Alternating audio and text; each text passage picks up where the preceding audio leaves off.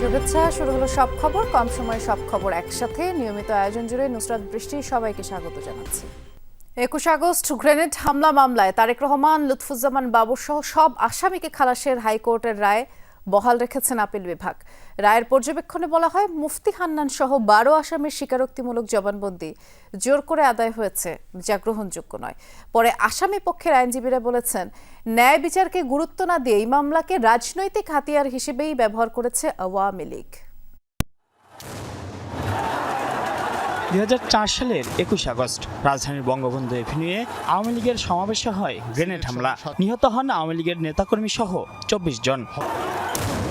ওই ঘটনায় হরকাতুল জিহাদ নেতা মুফতি হান্নানের স্বীকারোক্তির ভিত্তিতে অভিযুক্ত হন 28 জন। আর তত্ত্বাবধায়ক সরকারের আমলে শুরু হয় বিচার। তবে 2009 সালে ক্ষমতায় এসে আওয়ামী লীগ নতুনভাবে তদন্ত শুরু করে। টানা 410 দিন টিএফআই সেলে নিয়ে পুনরায় স্বীকারোক্তি আদায় করা হয় মুফতি হান্নানের। সম্পূরক চার্জশিটে যুক্ত করা হয় তারেক রহমান, লুৎফুজ্জামান বাবর সহ আরও অনেককে।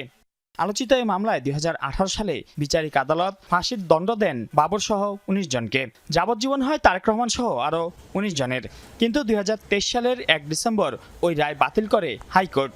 রায় বলা হয়, সম্পূর্ণ চার্জশিট এবং বিচারের পুরো প্রক্রিয়াই ছিল বেআইনি। বৃহস্পতিবার সর্বোচ্চ আদালতের রায় টানল চূড়ান্ত সমাপ্তি। মুক্তি মিলেছে মামলার সব আসামির। আইনজীবীদের বক্তব্য, কখনোই এ মামলার ন্যায়বিচার চায়নি আওয়ামী লীগ। আবার প্রমাণিত হলো যে আইনের শাসন আছে, আর বিনা বিচারে অন্যায়ভাবে কাউকে ফাঁসি দেওয়া যাবে না, এটা আবার প্রতিষ্ঠিত হলো। যদি শেখ হাসিনা প্রকৃত অপরাধীদের বিচার চাইতেন, আইবি রহমানের বিচার চাইতেন, তাহলে হয়তো রাজনৈতিক জিঘাংসার বশবর্তী হয়ে জনাব তারেক রহমান সাহেবকে এই মামলায় অন্তর্ভুক্ত করতেন না। বাবরের আইনজীবীর দাবি, নির্যাতন করে আদায় করা হয়েছিল মুফতি হান্নানের দ্বিতীয় জবানবন্দি। এছাড়া 11 আসামির স্বীকারোক্তি স্বপ্রণোদিত ছিল না। আদালত বলেছেন, আর একটা অবজারভেশন ছিল হাইকোর্টের, যে মিনিস্ট্রি অফ হোমকে ডাইরেকশন দিয়েছিলেন যেন এটা প্রপারলি ইনভেস্টিগেট করা হয়। সেই ক্ষেত্রে বলছেন আপিল বিভাগ যে এটি সেপারেশন অফ পাওয়ার যে নীতি আছে, এই নীতিকে ভায়োলেট করে। এই জন্য রাষ্ট্র কি করবে, আদালত কোর্ট কি করবে, সরকার, এটি তাদের দায়িত্ব, কোর্ট সেটা ডিকটেট করবে না। এর মাধ্যমে 2 দশক জুড়ে দেশের রাজনৈতিক ইতিহাসে সবচেয়ে আলোচিত এই মামলার বিচারিক যাত্রার অবসান ঘটল। আসামিরা খালাস পেল, 24 জন নিহতের ঘটনার বিচার ঝুলেই রইল। যে এখানে একটি ঘটনা ঘটেছে, যারা ভিকটিম ছিলেন তাদেরও যেমন ন্যায় বিচার পাওয়ার অধিকার আছে, ঠিক একইভাবে যারা আসামি হবেন তাদেরকেও আপনি যেভাবে ইচ্ছা এভাবে সাজা দিতে পারবেন না। মাইনুল মারুফ, যমুনা নিউজ, ঢাকা। নানা অজুহাতে নির্বাচন বয়কটের হুঁশিয়ারি দেয়া রাজনৈতিক দলগুলোর সাথে স্বৈরাচার শেখ হাসিনার পার্থক্য নেই বলে মন্তব্য করে বিএনপি নেতারা বলেছেন, রাষ্ট্র ক্ষমতায় তারেক রহমানকে ঠেকাতেই নির্বাচন ভণ্ডুলের পায়তারা চলছে। 21 আগস্ট গ্রেনেড হামলা মামলায় সব আসামি খালাস পাওয়ার সৃষ্টিকর্তার কাছেও কৃতজ্ঞতা জানান বিএনপি চেয়ারপারসনের উপদেষ্টা জয়নুল আবদিন ফারুক। রাজধানীতে আলাদা অনুষ্ঠানে বিএনপি নেতারা এসব কথা বলেছেন। জুলাই বর্ষপূর্তি উপলক্ষে গণঅভ্যুত্থানের অংশীদার রাজনৈতিক দলের প্রতিনিধিদের নিয়ে জাতীয় প্রেস ক্লাবে আলোচনা সভার আয়োজন করে বাংলাদেশ জন অধিকার পার্টি নামের একটি সংগঠন। আলোচনায় অংশ নিয়ে আসছে নির্বাচনের আগে বিচার ও সংস্কারের কাজ শেষ করার তাগিদ দেন কোনো দলের নেতারা। অনুষ্ঠানে অন্তর্ভুক্তিমূলক দেশ গঠনের তাগিদ দিয়ে রাজনৈতিক সংস্কৃতি বদলানোর আহ্বান জানান বিএনপি নেতারা। দিনের শেষে সিদ্ধান্ত নেবে বাংলাদেশের যারা মালিক, তারা সিদ্ধান্ত দেবে। সুতরাং আমাদেরকে বাংলাদেশের রাজনৈতিক সংস্কৃতি বদলাতে হবে, সহনশীল হতে হবে। তিনি সমালোচনা করেন সংস্কারের নামে গণভোটের দাবি নিয়ে। বলেন, কোন রাজনৈতিক দলের আচরণে স্বৈরাচার শেখ হাসিনার চিন্তার প্রতিফলন দেখা যাচ্ছে। যে আমাদের এই দাবি না মানলে আমরা নির্বাচন করব না, অথবা আমরা আন্দোলন করব, এটা হচ্ছে অগণতান্ত্রিক, এটা শেখ হাসিনার চিন্তার প্রতিফলন। এটা থেকে বোঝা যায় শেখ হাসিনা কিছু খুদে স্বৈরাচার রেখে গেছে বাংলাদেশে।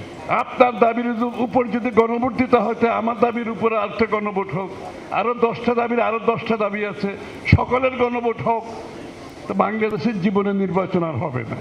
জাতীয় প্রেস ক্লাবে আরেক অনুষ্ঠানে বিএনপি নেতা শামসুজ্জামান দুদু বলেন, তারেক রহমানকে দেশ পরিচালনায় ব্যর্থ করতেই নির্বাচন বানচালের ষড়যন্ত্র চলছে।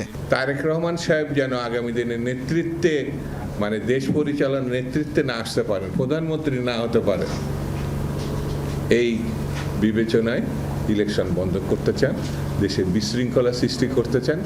আরেক অনুষ্ঠানে বিএনপি চেয়ারপারসনের উপদেষ্টা জয়নুল আবদিন ফারুক বলেন, পিআরের ধোঁয়া তুলে যারা নির্বাচন ভণ্ডুল করতে অপরাজনীতির আশ্রয় নিয়েছে তাদের রুখে দিবে জনগণ। আবার আপনারা ষড়যন্ত্র শুরু করেছেন, এই ষড়যন্ত্র আপনাদের কোনো লাভ হবে না, লাভ হবে দিল্লির, লাভ হবে শেখ হাসিনা। অতীতে অনেক খেলা খেলেছেন, এখন কিন্তু জনগণের খেলা শুরু হয়েছে। আপিল বিভাগের রায়ে বিএনপির ভারপ্রাপ্ত চেয়ারম্যান তারেক রহমান খালাস পাওয়ায় সাধুবাদ জানিয়েছেন দলটির চেয়ারপারসনের উপদেষ্টা জয়নুল আবদিন ফারুক।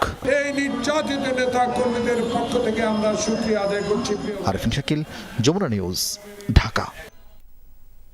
পুলিশের গোপালগঞ্জ দ্বন্দ্ব থামাতে চুক্তিভিত্তিক নিয়োগের সময়সীমা বাড়ানো হয়। রাষ্ট্র নিযুক্ত আইনজীবীর জেরার মুখে আবারও এই কথা জানিয়েছেন মানবতা বিরোধী অপরাধ মামলার রাজসাক্ষী সাবেক আইজিপি চৌধুরী আব্দুল্লাহ আল মামুন। অবশ্য স্টেট ডিফেন্স বলছে, স্বীকারোক্তি দিলেই মামুনের পার পাওয়ার সুযোগ নেই। প্রসিকিউশন জানিয়েছে, সেপ্টেম্বরের শেষে বা অক্টোবরের প্রথম সপ্তাহেই শেখ হাসিনা সহ 3 জনের বিরুদ্ধে সাক্ষ্য গ্রহণ শেষ হবে। রাজসাক্ষী হিসেবে 2 দিন আগেই ট্রাইব্যুনালে সাক্ষ্য দেন চৌধুরী আব্দুল্লাহ আল মামুন। সেখানে উঠে আসে আওয়ামী লীগ আমলে গুম, হত্যা, নির্যাতন, নির্বাচনের কারচুপি সহ নানা বিষয়। বৃহস্পতিবার সকালে শেখ হাসিনা আসাদুজ্জামান খান কামালের বিরুদ্ধে মানবতা বিরোধী অপরাধের মামলায় রাজসাক্ষীকে জেরা করে স্টেট ডিফেন্স। এদিন শেখ হাসিনার জুলাই আন্দোলনের নির্দেশনা সম্পর্কিত প্রশ্ন করেন রাষ্ট্রনিযুক্ত আসামিপক্ষের আইনজীবী আমির হোসেন। জবাবে চৌধুরী মামুন আবারও বলেন, পুলিশ বাহিনীতে শৃঙ্খলা ছিল না, গোপালগঞ্জ দ্বন্দ্ব থামাতেই বাড়ানো হয় চুক্তিভিত্তিক নিয়োগের সময়। এছাড়া জুলাই অভ্যুত্থানে সাবেক প্রধানমন্ত্রী এবং তৎকালীন স্বরাষ্ট্রমন্ত্রীর সম্পৃক্ততার কথা পুনরায় বর্ণনা করেন। কিভাবে স্বরাষ্ট্রমন্ত্রী আসাদুজ্জামান খান কামাল সাহেবের বাসায় নিয়মিত বৈঠক করতেন তার বর্ণনা আবারও উঠে এসছে। এছাড়া টিএফআই সেলে ব্যারিস্টার আরমান সহ অন্যান্য বন্দীদেরকে যে রাখা হতো, কার নির্দেশে রাখা হতো, কারা এটা নিয়ন্ত্রণ করত, কিভাবে নিয়ন্ত্রিত হতো, কার নির্দেশে এদেরকে তুলে আনা হতো, এই সম্পর্কে বিস্তারিত জেরা উনি করেছেন। এ সময় প্রসিকিউশন জানায়, অক্টোবরের প্রথম সপ্তাহের মধ্যেই শেষ হবে শেখ হাসিনার বিরুদ্ধে সাক্ষ্য গ্রহণ। হয় এই মাসের শেষ সপ্তাহে অথবা আগামী মাসের প্রথম সপ্তাহে আমাদের প্রসিকিউশনের সাক্ষ্য গ্রহণ শেষ হবে। এই ক্ষেত্রে ডিফেন্সের যেহেতু আসামি পলাতক, কাজে ডিফেন্সের আর সাক্ষ্য দেওয়ার কোনো সুযোগ নাই। পরে ট্রাইব্যুনাল নিযুক্ত শেখ হাসিনার আইনজীবী বলেন, স্বীকারোক্তি দিলেও পার পাওয়ার সুযোগ নেই মামুনের। জেরার একটা পর্যায়ে উনি বলেছে যে আমি ক্ষমা চেয়েছি, একটা পর্যায়ে বলেছে। আমি বলেছি এ কথা যে ক্ষমা চাইলেই সব কিছুর ক্ষমা হয় না। বিশেষ করে এটা আমি তখনও বলি নাই, কিন্তু বলার সময় আসবে যে হত্যা মামলার আবার ক্ষমা কি? অনেক কিছুরই ক্ষমা হয়, কিন্তু হত্যা করার কোনো ক্ষমা হয় না। এই মামলায় চৌধুরী আব্দুল্লাহ আল মামুন সহ এখন পর্যন্ত সাক্ষ্য দিয়েছেন 36 জন। মাইনুল মারুফ, যমুনা নিউজ, ঢাকা। ডাকসু নিয়ে হাইকোর্টের রিটকে কেন্দ্র করে চাপা উত্তেজনা শেষে আবারও উৎসবমুখর ঢাকা বিশ্ববিদ্যালয় ক্যাম্পাস। তবে এখনও নানা ষড়যন্ত্রের গন্ধ পাচ্ছেন প্রার্থীরা। মব সৃষ্টি করে একটি পক্ষ বিশৃঙ্খলা তৈরির পরিকল্পনা করছে বলে অভিযোগ অনেক প্রার্থীর। আবার বহিরাগত এনে প্রচারণা চালানোর অভিযোগও করছেন কেউ কেউ। তবে সব ষড়যন্ত্র পেছনে ফেলে ইতিহাসের অন্যতম সেরা ডাকসু নির্বাচনের প্রত্যাশা প্রার্থী ভোটারদের। গত কয়েকদিনের ছন্দপতনের পর ফের জমে উঠেছে ডাকসু নির্বাচনের প্রচারণা। শেষ মুহূর্তে পছন্দের প্রার্থীদের মনোভাবও বুঝে নিচ্ছেন ভোটাররা। বলছেন, ডাকসু নির্বাচনের মধ্য দিয়ে শিক্ষার্থীদের প্রত্যাশার প্রতিফলন ঘটবে। নানা প্রতিশ্রুতি দিচ্ছেন প্রার্থীরাও। শিক্ষার্থীরা তাদের প্রতিনিধি বেছে আনবে এবং তাদের প্রতিনিধিরা তাদের কণ্ঠস্বর হিসেবে প্রশাসনের কাছে ভূমিকা পালন করবে। এই উচ্ছ্বাসে তারা সবাই উচ্ছ্বাসিত হয়ে আছে। কম্পিটিটিভনেসটা থেকে বোঝা যায় যে এবার ডাকসু নির্বাচনটা অ্যাকচুয়ালি খুব ভালো হাড্ডাহাড্ডি লড়াই হতে পারে। অনেক ডিপার্টমেন্টে এক্সাম চলতেছে, মিড সামনে, তো কারো ক্লাস যাতে ক্ষতি না হয়, এটা একটা ভালো পদক্ষেপ। যে পর্যায়ে আমাদের দেশের পরিস্থিতি বা এক এক রাজনৈতিক দল বা স্বতন্ত্র প্রার্থী দাঁড়িয়েছে, তাদের মধ্যে যে কোঅপারেশনটা বা ফ্রেন্ডলি এনভায়রনমেন্টটা, সেটা অবশ্যই আমাদেরকে আশ্বাস দিচ্ছে যে ইলেকশন ফেয়ার হবে। এদিকে বড় দলগুলোরও ছাত্র সংগঠনের পক্ষ থেকে নানা অভিযোগ পাল্টা অভিযোগ চলছেই। ছাত্র দলের ভিপি প্রার্থী অভিযোগ করেছেন, একটি মহল পরিকল্পিতভাবে মব তৈরি করে ডাকসু নির্বাচন বানচালের চেষ্টা করছে। অন্যদিকে ছাত্র শিবিরের অভিযোগ, কিছু প্রার্থী বহিরাগতদের এনে প্রচারণা চালাচ্ছে, যাতে ভোটের পরিবেশ ক্ষতিগ্রস্ত হতে পারে। আমাদেরকে রাজনৈতিকভাবে মোকাবেলা করতে ব্যর্থ হয়ে এই ধরনের অনলাইন বেশিং, অনলাইন মব এবং সাইবার বুলিং করার জন্য একটা প্রিপারেশন ও বিরোধী শিবির যারা আছেন, যারা আমাদেরকে রাজনৈতিকভাবে মোকাবেলা করতে ব্যর্থ হচ্ছেন, এদের এমন প্রিপারেশন আছে। তারা যেন কোনোভাবেই কোনো বিভ্রান্তিতে না গা ভাসায়, তারা যেন সচেতনতার সাথে প্রত্যেকটা সিদ্ধান্ত নেয়। এখানে আমরা যারা প্রার্থীরা আছি, আমরা যারা স্টেক হোল্ডাররা আছি, আমরা যদি দায়িত্বশীল আচরণ করি তাহলে ইনশাল্লাহ সেই ষড়যন্ত্র চক্রান্ত সেগুলো সব কিছু আমরা নস্যাৎ করে দিতে পারবো। কারণ আমরা এখানে যারা আছি সবাই জুলাইয়ের প্রজন্ম, জুলাইয়ে খুনি হাসিনাকে আমরা হটাইছি। সুতরাং পরবর্তীতে যারা হাসিনার এজেন্ডা এখানে বাস্তবায়ন করতে চাইবে, যারা ষড়যন্ত্র করতে চাইবে, তাদের পরিণতি হাসিনার চাইতে খারাপ হবে। প্রার্থীদের আশা, ক্যাম্পাস জুড়ে যে উৎসব আমেজ তৈরি হয়েছে তা ভোটের দিনও অব্যাহত থাকবে। একই সাথে নির্বাচন বানচালের অপচেষ্টা প্রতিহতে ঐক্যবদ্ধ থাকার আহ্বানও জানিয়েছেন তারা। যে জিতুক সবাই কিন্তু ফ্যাসিবাদ বিরোধী শক্তি, এখানে আমাদের মধ্যে খুব বেশি নিজেদের মধ্যে এই দ্বন্দ্বটা নাই আমি মনে করি, এবং যে জিতুক বাকিরা তাকে সহযোগিতা করবে এটা আমরা বুঝতে পারছি। তো এইখানে যারাই এইসব নেতিবাচক কাজের সাথে জড়িত হচ্ছেন তাদেরকে আহ্বান করবো আপনারা এইসব থেকে সরে আসেন। আমরা একটা সহাবস্থানের রাজনীতি যেমন ফিল্ডে আছে, অনলাইনে যাতে সেটা আমরা রাখি। আমরা যারা নির্বাচন করছি আমরা চেষ্টা করছি এখানে যাতে স্টুডেন্টদেরকে যত বেশি সম্ভব ভোট কেন্দ্রমুখী করা যায়। আর যে বন্ধটা ইউনিভার্সিটির পক্ষ থেকে দেওয়া হয়েছে সেই বন্ধ তো ক্যান্সেল হয়েছে, সেই জায়গা থেকে আমরা আশাবাদী যে এখানে ভোটার টার্নআউটটা বাড়বে। বুথের সংখ্যা 500 থেকে বাড়িয়ে 710টি করা হয়েছে। তবে 39,000 ভোটার সময় মতো ভোট দিতে পারবেন কিনা তা নিয়ে শঙ্কা জানিয়েছেন অনেক প্রার্থী। শামীম রেজা, যমুনা নিউজ, ঢাকা। ডাকসু নির্বাচনের আরও তথ্য জানবো। আমাদের সহকর্মী আল আমিন হক অহন ক্যাম্পাসেই আছেন, আমাদেরকে একটু ক্যাম্পাসে প্রচারণার চিত্র সম্পর্কে জানাবেন অহন। এর পাশাপাশি শিক্ষার্থীরা সাথে যদি কথা হয়ে থাকে তাদের প্রত্যাশার কথাও আমরা জানতে চাই। প্রার্থীরা যাচ্ছেন ভোটারদের কাছে, বলছেন তারা কি করতে চান ঢাকা বিশ্ববিদ্যালয়ের জন্য, সেই সব প্রতিশ্রুতি দিচ্ছেন, সব প্রতিশ্রুতি দিয়ে ভোট চাইছেন। এবং সন্ধ্যা হয়ে গেছে ঢাকা বিশ্ববিদ্যালয়ের, আমি যদি এখনকার দৃশ্য দেখাতে চাই, সাধারণত চায়ের দোকানগুলোতে আড্ডা বসেছে এবং সেই আড্ডায় ভোটাররা কিংবা প্রার্থীরা যার যার মতো করে সময় কাটাচ্ছেন, ভোট চাইছেন। যেহেতু রাত 10টা পর্যন্ত নির্বাচনী প্রচারণার সময়, প্রতিদিন সকাল 10টা থেকে রাত 10টা, এই সময়ের মধ্যেই তারা তাদের নির্বাচনী প্রচারণার কার্যক্রম চালিয়ে থাকেন এবং তাদের সেই চাওয়ার কথাগুলো বলে থাকেন ভোটাররা, যেমন আবার প্রার্থীরাও কি দিতে চান 1 বছরের জন্য সেটাও বলে থাকেন। এবং আপনি জেনে থাকবেন মাত্র 1 বছর সময়, যে কারণে অনেকে আশঙ্কা প্রকাশ করেন, শঙ্কা প্রকাশ করেন এই 1 বছর সময় নির্বাচিতরা কী বা করতে পারেন। তারপরেও নিয়মিত ডাকসু যদি নির্বাচন হয় তাহলেই এই 1 বছর সময় অনেক কিছু করা সম্ভব, এমনটি প্রার্থীরাও বলছেন। এবং সাইবার বুলিং নিয়ে ঢাকা বিশ্ববিদ্যালয়ে আমরা দেখেছি গেল কয়েকদিন অনেক বেশি এইগুলো নিয়ে কথা হচ্ছিল এবং আজও রিটার্নিং কর্মকর্তার দিক থেকে বলা হয়েছে যারা এই ধরনের ঘটনা ঘটাবেন, ঢাকা বিশ্ববিদ্যালয়ের কোনো শিক্ষার্থীর সম্পৃক্ততা যদি মেলে তাহলে তাকে একই সঙ্গে জরিমানার আওতায় আনা এবং একই সঙ্গে তার ছাত্রত্ব বাতিল করা, এই সব শাস্তিমূলক ব্যবস্থা তারা নিতে চান। এবং আপনাকে আরেকটি বিষয় জানিয়ে রাখি, আগামী যে 9 সেপ্টেম্বর ভোট গ্রহণের সময়সীমা, এর মধ্যে আগামী 7 সেপ্টেম্বর রাত 10টার মধ্যেই প্রচারণার কার্যক্রম শেষ হবে, অর্থাৎ 24 ঘন্টা আগেই। এবং যে কারণে প্রার্থীরা একেবারে শেষ মুহূর্তে, আজও অনেক প্রার্থী, স্বতন্ত্র প্রার্থী এবং বিভিন্ন প্যানেলের প্রার্থী, তারা তাদের ইশতেহার ঘোষণা করছেন এবং সেই ইশতেহারেই খুবই সুন্দর কথাগুলোই লেখা থাকে এবং সেগুলোই তারা তাদের বক্তব্যে বলছিলেন। শিক্ষার্থী যারা, ভোটার যারা আছেন, তারা আসলে এগুলোর বাস্তবায়ন চায়। ধন্যবাদ বিস্তারিত জানানোর জন্য অহন। অন্তর্বর্তী সরকারের কিছু উপদেষ্টার বিরুদ্ধে ওঠা দুর্নীতি অনিয়মের অভিযোগ তদন্ত করছে টিআই, জানিয়েছেন সংস্থাটির চেয়ারপারসন ফ্রাঁসোয়া ভ্যালেরিয়া। 3 দিনের সফরে ঢাকায় এসে মব ভায়োলেন্স বিষয়ে তিনি উদ্বেগ জানান। আর টিআইবির নির্বাহী পরিচালক বলেছেন, বিগত সরকারের আমলে পাচার হওয়া অর্থ ফেরাতে কাজ করছে সংস্থাগুলো। ঢাকায় আন্তর্জাতিক দুর্নীতি বিরোধী সংস্থা ট্রান্সপারেন্সি ইন্টারন্যাশনাল টিআই এর আন্তর্জাতিক পরিচালনা পর্ষদের চেয়ারপারসন ফ্রাঁসোয়া ভ্যালেরিয়া তার 3 দিনের সফর নিয়েই ছিল সংবাদ সম্মেলন, যেখানে উঠে আসে বাংলাদেশ নিয়ে টিআই এর নানা পদক্ষেপ ও ভাবনা।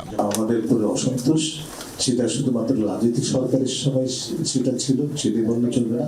আমরা জানি যে আমাদের উপর অসন্তোষ বর্তমান সরকারের কোনো কোনো মহল থেকে আছে। জানান অন্তর্বর্তী সরকারের কিছু উপদেষ্টার বিরুদ্ধে দুর্নীতি অনিয়মের যে অভিযোগ উঠেছে তার তদন্ত চলমান। নির্বাহী বিভাগ থেকে বিচার ব্যবস্থাকে আলাদা করার পরামর্শ দেন তিনি। দাবি তোলেন দুর্নীতিগ্রস্ত ব্যক্তিদের সঠিক বিচারের আওতায় আনার। You cannot fight against abuse of power in a climate of violence. Mob ভায়োলেন্সের মতো বিষয়গুলো নিয়ে টিআই উদ্বিগ্ন। সাংবাদিক সহ সাধারণ মানুষও আক্রান্ত হচ্ছেন। এটা গণতান্ত্রিক পরিবেশ তৈরি করতে বাধাগ্রস্ত করবে। গণ অভ্যুত্থান পরবর্তী সময়ে দেশে এখন টেকসই সংস্কার প্রয়োজন বলে মনে করে TI. These murders are on the rise. কিছুটা প্রতিরোধ হলেও অর্থ পাচার এখনো নিয়ন্ত্রণে আসেনি বলে জানায় টিআইবি। যদিও নতুন অ্যাক্টরের জন্ম হয় না সেটা আমরা বলতে পারবো না, বা হচ্ছে না সেটা আমরা বলতে পারবো না, সেটা আছে। কিন্তু সার্বিকভাবে ব্যাংকিং সেক্টর এখন আগের তুলনায়, যদিও সংস্কারে আরো অনেক দূর যেতে হবে, কিন্তু বেশ উল্লেখযোগ্য পরিবর্তন হয়েছে। দুদক সংস্কার কমিশনের সকল কার্যক্রম টিআইবি নিজস্ব অর্থায়নে এবং নিজস্ব কার্যালয়ে নিজস্ব উদ্যোগে, ঢাকার বাইরে যে কাজগুলো হয়েছে সেগুলো টিআইবি নিজস্ব উদ্যোগে হয়েছে।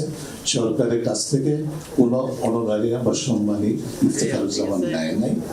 অর্থ পাচার রোধ এবং পাচার হওয়া অর্থ ফেরাতে আন্তর্জাতিকভাবে বিভিন্ন দেশে চাপ সৃষ্টি করছে টিআইবি, এমনটাও জানানো হয় সংবাদ সম্মেলনে। টিআইবি, টিআইইউকে, স্পটলাইট কমিশন, এই ধরনের সংস্থাগুলো যুক্তরাজ্যে সরকারের প্রতি চাপ সৃষ্টি করে আমরা কিছুটা অগ্রসর হতে পেরেছি। আমরা আশা করছি সেটা অব্যাহত। আমরা এখন চেষ্টা করছি কানাডাতে একই যেটা বেগম করার কথা আপনারা লেখালেখি করেন, প্রচার করেন, সেখানে আমরা চেষ্টা করছি প্রতি বছর $1 ট্রিলিয়ন উন্নয়নশীল দেশগুলোকে উন্নত দেশে পাচার হয়। কিন্তু যেটা তিনি বলেন নাই সেটা হচ্ছে তার মাত্র 1% ফেরত আসে, মাত্র 1%।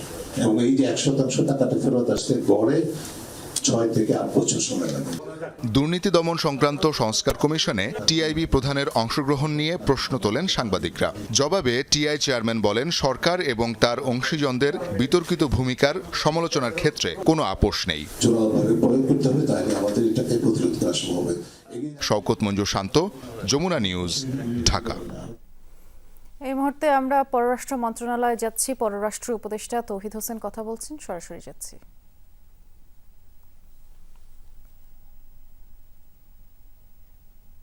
দেখা যাক ফলাফল কি দাঁড়ায়। একটা জিনিস আপনারা খেয়াল করে দেখুন যে অর্ধেক কিন্তু প্রায় বাংলাদেশে। এটা আমাদের জন্য একটা অত্যন্ত বিব্রতকর জিনিস, এবং তাদের কেউই কিন্তু কোনো সমস্যা নেই ধরা পড়েছে এরকম নয়, কিছু না কিছু তাদের সমস্যা আছে। হয় কাগজপত্র ঠিক নেই, অথবা ওভার স্টে হচ্ছে কিছু একটা।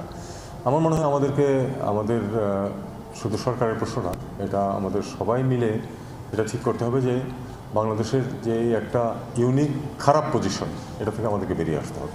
এটা আমাদের জন্য খুবই ক্ষতিকর হচ্ছে। দেখুন, কেউ যখন কোথাও ধরা পড়ে বা কোনো বিপদে পড়ে, সেটা অবশ্যই সে ভিকটিম, তাকে আমরা হেল্প করার চেষ্টা করি। কিন্তু আমাদেরকে এটাও দেখতে হবে যে কেন আমাদের দেশের লোকদের ক্ষেত্রেই এই ঘটনাটা বেশি ঘটে কেন, এবং সেটার কারণের মধ্যে একটি আমি আপনাদেরকে বলতে পারি, সেটা হলো যে আমাদের অভিবাসন ব্যয় অত্যাধিক এবং বেআইনিভাবে অত্যাধিক। এটা আমরা যতক্ষণ নিয়ন্ত্রণ করতে না পারবো, এই সমস্যাগুলো থাকতেই থাকবে। আপনি খেয়াল করে দেখুন, নেপাল একটি ছোট্ট দেশ, তাদের তো এই সমস্যা নেই। তাদের লোকজন যায় এবং ফিরে আসে, চুপচাপ কাজ করে, কোনো বেআইনি কাজ কিছু করে না, কারণ তারা অত্যন্ত কম পয়সায় যেতে পারে। কেন কম পয়সায় যেতে পারে? কারণ তাদের যে এজেন্টরা, তারা তাদেরকে এভাবে এক্সপ্লয়েট করে না। আমাদের এজেন্টরা শুধু এখানে নয়, তারা যেসব দেশে শ্রমিকরা যায় বা কর্মীরা যায়, সেখানেও একটা র্যাকেট গড়ে তুলেছে, যে কারণে অনেক বেশি পয়সা দিতে বাধ্য হয় আমাদের যারা যায় তারা। তো এই জিনিস থেকে আমরা যতক্ষণ বের হতে না পারবো, আমাদেরকে অহরহ এই ধরনের সমস্যার সম্মুখীন হতে হবে, এবং আমাদের যে পলিটিক্যাল ক্যাপিটাল, তার অনেকখানি ব্যয় হয়ে যাবে এই বেআইনি কার্যকলাপ থেকে লোকদেরকে উদ্ধার করতে গিয়ে। ধন্যবাদ। মানবতা বিরোধী মামলায় যারা অভিযুক্ত হবে তারা আর কোনো নির্বাচনে অংশ নিতে পারবে না। একই সাথে চার্জশিটে নাম থাকলে জনপ্রতিনিধি কিংবা সরকারি চাকরিতেও থাকতে পারবেন না তারা। উপদেষ্টা পরিষদের বৈঠকে এই সিদ্ধান্ত হয়েছে বলে জানিয়েছেন প্রধান উপদেষ্টার প্রেস সচিব শফিকুল আলম। দুপুরে ফরেন সার্ভিস একাডেমিতে সংবাদ সম্মেলনের প্রধান উপদেষ্টার প্রেস সচিব শফিকুল আলম কথা জানিয়েছেন। প্রধান উপদেষ্টা ডাক ও টেলিযোগাযোগ বিষয়ক বিশেষ সহকারী ফয়েজ আহমেদ তৈয়ব জানিয়েছেন, বৈঠকে টেলিকমিউনিকেশন নেটওয়ার্কিং লাইসেন্সের অনুমোদন দেওয়া হয়েছে, আর এতে মধ্যস্বত্বভোগীদের বাদ দেওয়া হয়েছে। দাম কমানোর বিষয়ে স্টারলিংককে পরিকল্পনা দিয়েছে সরকার, এমনটিও জানিয়েছেন তিনি। আমাদের মন্ত্রণালয়গুলো, আমাদের অ্যাডভাইজাররা যখন টেক ওভার করেন, তারা তাদের মতো করে প্রত্যেক মন্ত্রণালয়ে প্রচুর রিফর্মের কাজ করেছেন। কেউ বলছেন যে মানে শুধুমাত্র রিফর্ম কমিশনের দিকে তাকিয়ে বলছেন যে এই কাজগুলো হয়েছে, এর বাইরে রিফর্ম কমিশনের বাইরে প্রচুর কাজ হয়েছে। টেলিকমিউনিকেশন নেটওয়ার্ক এবং লাইসেন্সিং পলিসি 2025 এই আইনটা আজকে উপদেষ্টা পরিষদে পাস হয়েছে। এই আইনের মাধ্যমে মধ্যস্বত্বভোগী যে লাইসেন্সিং ব্যবস্থা বর্তমানে ছিল সেটাকে রহিত করে নতুন একটি লাইসেন্সিং ব্যবস্থা প্রবর্তন করা হয়েছে, যেটা আধুনিক এবং যুগোপযোগী। আগামী জাতীয় নির্বাচনে গণমাধ্যমের জন্য জারি করা ইসির নীতিমালার বিরুদ্ধে আপত্তি জানিয়েছেন সংবাদকর্মীরা। লিখিতভাবে এটি সংশোধনের প্রস্তাব তারা দিয়েছেন। আর জবাবে ইসি বলছে, কমিশন সহ কেউই আস্থার সংকটের বাইরে না, এটা জাতীয় সংকট। সুষ্ঠু ভোট করতে গণমাধ্যম নীতিমালায় সাংবাদিকদের অবাধ বিচরণের জন্য যা যা করা দরকার তাই করা হবে। ত্রয়োদশ জাতীয় সংসদ নির্বাচন সামনে রেখে গণমাধ্যম নীতিমালা জারি করেছে নির্বাচন কমিশন।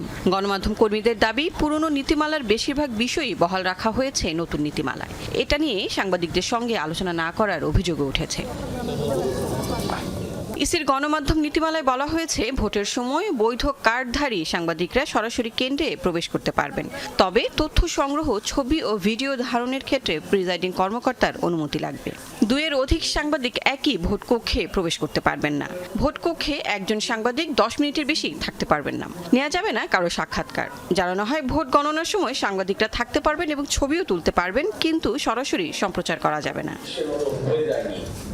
গণমাধ্যম নীতিমালা নিয়ে ইসির সঙ্গে Reporters Forum for Election and Democracy RFEDর মতবিনিময় হয়। নীতিমালাকে স্বাধীন সাংবাদিকতার পরিপন্থী বলে জানিয়েছেন নির্বাচন বিটে কর্মরত গণমাধ্যম কর্মীরা। কোন পলিটিক্যাল পার্টির যে এজেন্ট ওখানে বসে, সে নির্বিঘ্নে তার দায়িত্ব পালন করতে পারছে কিনা, তাকে কোনো ভয়ভীতি দেখানো হচ্ছে কিনা, আমি যদি তার সাথে কথা না বলি আমি কিভাবে জানবো? আমাদের যদি হাত পা বেঁধে দেওয়া হয় তাহলে কাজ করার সুযোগটা অনেকাংশেই কমে যাবে। সুরক্ষা ও নিরাপত্তা সুনির্দিষ্ট কোনো বিধান রাখা হয়নি।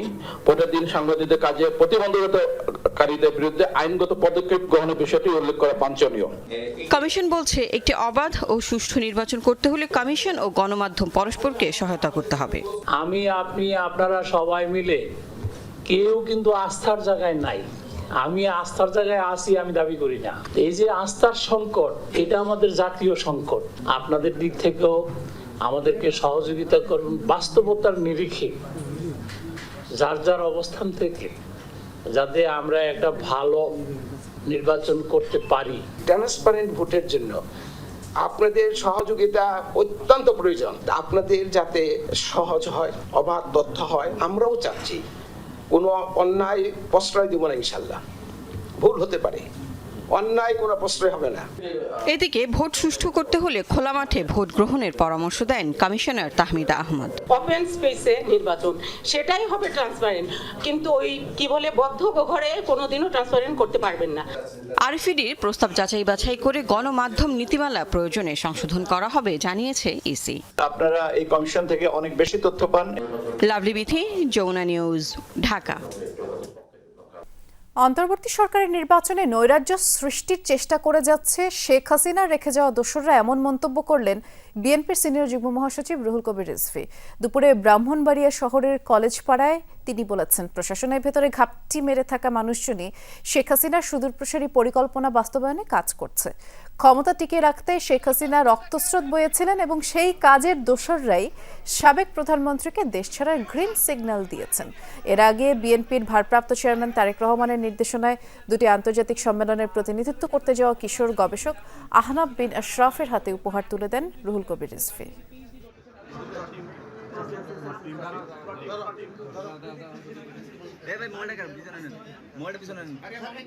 শেখ হাসিনা পালিয়ে গেছে, পতন হয়েছে, কিন্তু তার যে মানে রেখে যাওয়া পেতাত্তারা, তার দোসররা, তারা তো চায়নি। তার প্রশাসনে আছে ইউনূস সাহেব তত্ত্বাবধায়কের যিনি প্রধান, তিনি যাতে অন্তর্বর্তীকালীন সরকারের যিনি প্রধান, তিনি যাতে অবাধ সুষ্ঠু নির্বাচন না করতে পারেন, সেটার জন্য তো তারা প্রস্তুত আছেই।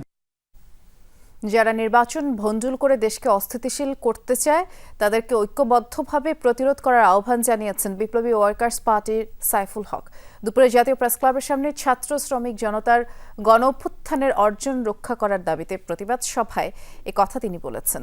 সাইফুল হক বলেন, নির্বাচন অনিশ্চিত হলে অভ্যুত্থানের অর্জন বিষাদে পরিণত হবে। নির্বাচনের আগে এমন কোনো এজেন্ডা উত্থাপন করা উচিত নয় যেখানে রাজনৈতিক দলে বৈরিতা তৈরি হয়।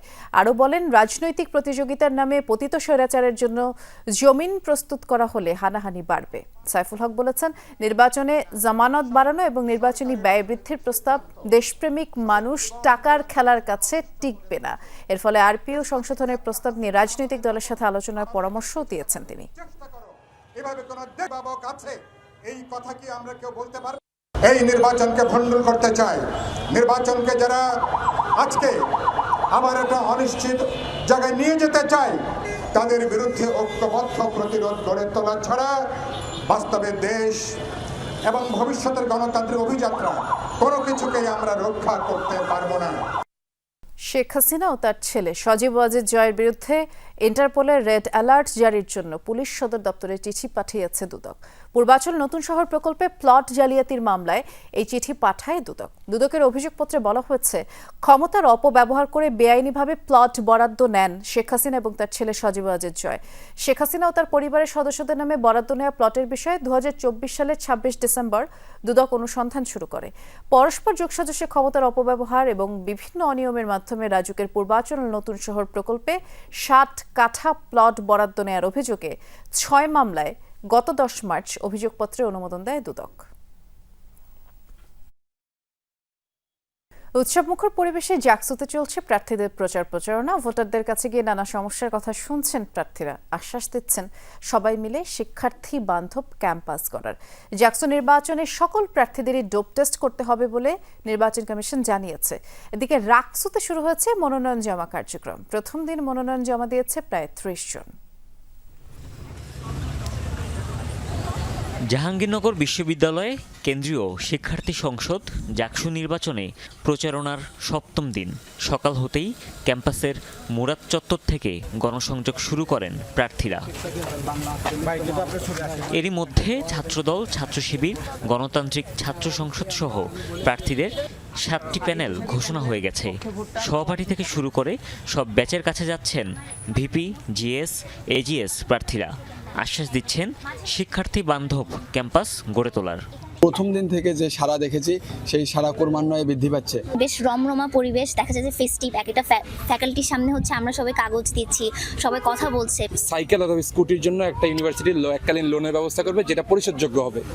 তবে প্রচারণায় নেমে সাইবার বুলিংয়ের শিকার হচ্ছেন বলে অভিযোগ অনেক নারী প্রার্থীর। প্রতিযোগিতার জায়গাটি সুষ্ঠু রাখার আহ্বান তাদের। সমস্ত কিছুতে নারীরা একটা অগ্রণী ভূমিকা পালন করেছে, সেই নারীদেরকে পিছিয়ে রাখার জন্য এই রকম নোংরা আয়োজন কিন্তু ক্যাম্পাসে শুরু হয়েছে এবং প্রশাসন সেখানে কোনো রকম তদারকি করছে না। 11 সেপ্টেম্বর অবাধ ও সুষ্ঠু ভোটগ্রহণ নিশ্চিতে বিশ্ববিদ্যালয় এলাকায় নিরাপত্তা জোরদার করেছে প্রশাসন। এছাড়া প্রত্যেক প্রার্থীকেই ডোপ টেস্ট করতে হবে বলেও জানিয়েছে নির্বাচন কমিশন। আমরা নির্বাচন কমিশন ইতিমধ্যেই সিদ্ধান্ত নিয়েছি, সকল প্রার্থীর ডোপ টেস্ট সম্পন্ন করা হবে নির্বাচনের আগে। এদিকে রাকসু নির্বাচনে শুরু হয়েছে মনোনয়নপত্র জমা দেওয়ার কার্যক্রম। রাকসু কোষাধ্যক্ষের কার্যালয়ে রোববার পর্যন্ত জমা দিতে পারবেন প্রার্থীরা। যাচাই বাছাই শেষে প্রার্থী তালিকা ঘোষণা করা হবে 10 সেপ্টেম্বর। মাদকাসক্ত থেকে শুরু করে যারা কোনো ধরনের আদালতে দণ্ডপ্রাপ্ত আসামি থেকে শুরু করে যাদের নামে কোনো ধরনের মামলা আছে তাদের জন্য এই যে রাকসুর যে অংশগ্রহণ সেটা যেন নিশ্চিত করা হয়। 5 বারের মতো এটাকে বাড়ানো হয়েছে, তো দীর্ঘদিন শেষে যে আজকে জমা দিতে পারলাম, এটা আলহামদুলিল্লাহ খুবই ভালো লাগছে। আগামী 25 সেপ্টেম্বর হবে রাকসুর ভোট গ্রহণ। গণনা শেষে ওই দিনই ফলাফল ঘোষণার কথা রয়েছে। হুমায়ুন রশিদ, যমুনা নিউজ। চলমান সংকট নিরসনে বাংলাদেশ কৃষি বিশ্ববিদ্যালয়ের সিন্ডিকেট সভা না হওয়ায় ক্যাম্পাস খোলা নিয়ে এখন অনিশ্চয়তা দেখা দিয়েছে। ছাত্র বিষয়ক উপদেষ্টা জানিয়েছেন, শিক্ষার্থীদের সাথে আলোচনায় যেসব সিদ্ধান্ত এসেছে তা লিখিত আকারে সিন্ডিকেট সভায় উত্থাপন করার কথা, কিন্তু সেই লিখিত পত্রে স্বাক্ষর করতে আসার জন্য শিক্ষার্থীদের বলা হলেও তারা আর উপস্থিত না থাকায় সিন্ডিকেট মিটিং আয়োজন সম্ভব হয়নি। তবে শিক্ষার্থীরা জানিয়েছেন, ছাত্রদের সাথে আলোচনা করে নতুন কর্মসূচির বিষয়ে তারা জানাবেন। কম্বাইন্ড ডিগ্রির দাবিতে আন্দোলনরত শিক্ষার্থীদের উপর রোববার বহিরাগতদের হামলার পর অনির্দিষ্টকালের জন্য বন্ধ ঘোষণা করা হয় বাংলাদেশ কৃষি বিশ্ববিদ্যালয়। সারা দেশের প্রকৌশল শিক্ষার্থীদের সাথে একাত্মতা প্রকাশ করে চট্টগ্রামে মহাসমাবেশ করেছে প্রকৌশল শিক্ষার্থীরা। বিকেলে নগরীর লালদিঘি মাঠে প্রকৌশলী অধিকার আদায় ব্যানারে আয়োজিত মহাসমাবেশে অংশ নেন চুয়েট, চট্টগ্রাম বিশ্ববিদ্যালয় সহ বিভিন্ন বেসরকারি বিশ্ববিদ্যালয়ের প্রকৌশল বিভাগের ছাত্রছাত্রীরা। আইইবি, ওয়াসা ও চুয়েটের শিক্ষকরাও এই মহাসমাবেশে অংশ নেন। এ সময় বিক্ষোভকারীরা তাদের 3 দফা দাবি জানান। দ্রুত দাবিগুলো মেনে না নিলে কঠোর আন্দোলন এবং কর্মসূচির হুঁশিয়ারিও দেন। বিভাগীয় মহাসমাবেশ করার মূল উদ্দেশ্য হচ্ছে আমাদের এই ম্যাচগুলো আবার সরকারের কাছে পৌঁছানো, আমাদের যে দাবিগুলো আছে সরকারের কানে। প্রতিটা সেক্টরে ওরা এতটা করে রাখছে যে আমাদের যারা সহকারী প্রকৌশলী পদে যারা বেস ইঞ্জিনিয়ার ঢুকতেছে তাদের জায়গাগুলো ব্লক করে দিচ্ছে। সবাই আন্দোলন করতেছে বলে যে আমরা আমাদের অধিকার আদায়ের আন্দোলনটা থামায় দিব, সেটা তো হইতে পারে না। তা আমরা এখানে আজকে চেষ্টা করতেছি একটা শান্তিপূর্ণ সমাবেশ। আকিজ ভেঞ্চার গ্রুপ বাজারে এনেছে নতুন ব্র্যান্ড আকিজ কেবলস। রাজধানীর আকিজ হাউসে আনুষ্ঠানিকভাবে উন্মোচন করা হয় এই কেবল ব্র্যান্ডটির। প্রথম ধাপে বাজারে এসেছে ডোমেস্টিক কেবল, যা ঘরোয়া ও বাণিজ্যিক ব্যবহারে উপযোগী। আর নিম্নমানের তার ব্যবহারের কারণে দেশে অগ্নিকাণ্ড ও বৈদ্যুতিক দুর্ঘটনা বাড়তে থাকায় আকিজ কর্তৃপক্ষ বলছে, নিরাপদ, টেকসই এবং মানসম্মত সমাধান দিতেই এই উদ্যোগ। সারা দেশের দোকান ও ডিলার পয়েন্টে পাওয়া যাবে আকিজ কেবলস। প্রতিটি পণ্যের সাথে শর্ত সাপেক্ষে থাকছে 25 বছরের পারফরম্যান্স ওয়ারেন্টি। হামলায় আহত গণ অধিকার পরিষদের সভাপতি নুরুল হক নূরকে সুস্থ দেখানোর চেষ্টা চলছে বলে অভিযোগ করেছেন দলের সাধারণ সম্পাদক রাশেদ খান। বৃহস্পতিবার দুপুরে ঢাকা মেডিকেল কলেজ হাসপাতালে সাংবাদিকদের সাথে আলাপকালে তিনি জানিয়েছেন, নুরুল হক নূরের সুস্থতার কোনো সত্যতা নেই, তাকে সুস্থ দেখানোর একটি পরিকল্পনা চলছে। জানা নূরের নাক থেকে এখনও জমাট রক্ত বেরোচ্ছে, মস্তিষ্কেও আঘাত আছে এবং গণ অধিকারের পক্ষ থেকে নূরকে সিঙ্গাপুর নিয়ে চিকিৎসার দাবি জানানো হয়। আরেকটু সুস্থ হলে আগামী 1 সপ্তাহের মধ্যে তাকে বিদেশ নেওয়া হতে পারে বলেও জানিয়েছেন রাশেদ খান। গণমাধ্যমে যে খবর প্রচারিত হয়েছে নুরুল হক নূর পরিপূর্ণ সুস্থ, সেই খবর আসলে সঠিক নয়। তিনি পরিপূর্ণভাবে সুস্থ হননি। তিনি আগে যেরকম ছিলেন এখনো পর্যন্ত সেরকমই রয়েছেন। সন্ত্রাস বিরোধী আইনে রাজধানীর শাহবাগ থানায় করা মামলায় সাবেক মন্ত্রী আব্দুল লতিফ সিদ্দিকী এবং সাংবাদিক মঞ্জুরুল আলম পান্নার জামিন আবেদন নামঞ্জুর করেছেন আদালত। বৃহস্পতিবার বিকেলে শুনানি শেষে আদেশ দেন ঢাকার মেট্রোপলিটন ম্যাজিস্ট্রেট হাসিব উল্লাহ পিয়াসের আদালত। আসামিদের পক্ষের আইনজীবীরা তাদের জামিন চেয়ে শুনানি করেন এবং রাষ্ট্রপক্ষে অতিরিক্ত পাবলিক প্রসিকিউটর এই জামিনের বিরোধিতা করেন। উভয় পক্ষের শুনানি শেষে নামঞ্জুর হয় জামিন। এর আগে বিচারকের সামনে প্রকাশ্য আদালতে সংবাদ সংগ্রহ করতে গিয়ে বাধার মুখে পড়েন কর্তব্যরত সাংবাদিকরা। আইনজীবীদের একাংশের মারধরে আহত হন সময় টেলিভিশনের এক রিপোর্টার।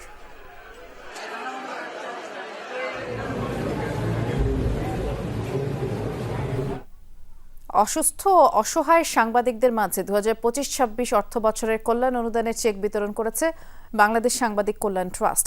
বিকেলে তথ্য ভবনে এই চেক হস্তান্তর করে সাংবাদিক কল্যাণ ট্রাস্টের ব্যবস্থাপনা পরিচালক মোহাম্মদ আবদুল্লাহ। অনুষ্ঠানের প্রধান অতিথি ছিলেন তথ্য ও সম্প্রচার মন্ত্রণালয়ের সচিব মাহবুবা ফেরজানা। বক্তারা এই সময় সাংবাদিকদের অধিকার নিশ্চিতে সাংবাদিক সুরক্ষা আইন তৈরির আহ্বান জানান এবং সাংবাদিকদের ওয়েজবোর্ড সহ সাংবাদিকদের বিনামূল্যে স্বাস্থ্যসেবার ব্যবস্থার কথা তুলে ধরেন। বলেন, কোনো হাসপাতাল অর্ধেক সহায়তা করে বাকি সহায়তা করবে সাংবাদিক কল্যাণ ট্রাস্ট। এছাড়া প্রবীণ সাংবাদিকদের অবসর সময় চিকিৎসার জন্য 1500 টাকা করে মাসিক অর্থ সহায়তা দেওয়া হবে বলেও জানিয়েছেন মোহাম্মদ আবদুল্লাহ। ইস্যু করার কথা ভাবছি।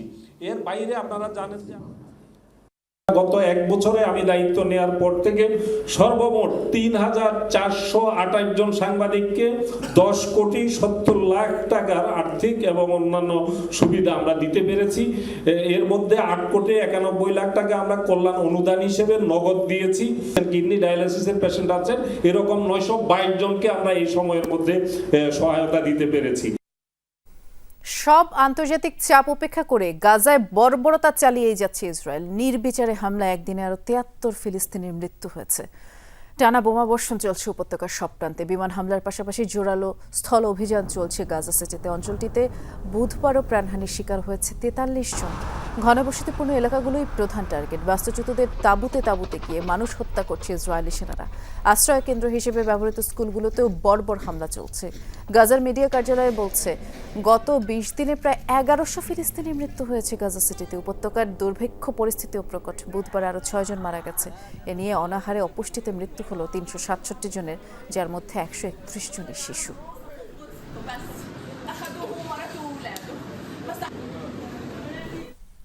ইউক্রেন জুড়ে ব্যাপক হামলা অব্যাহত রেখেছে রাশিয়া। বুধবার দেশটির উত্তরাঞ্চলে মুহুর্মুহু ড্রোন হামলার পাশাপাশি গোলা ছুড়েছে রুশ সেনারা। কমপক্ষে 9 জনের মৃত্যু হয়েছে।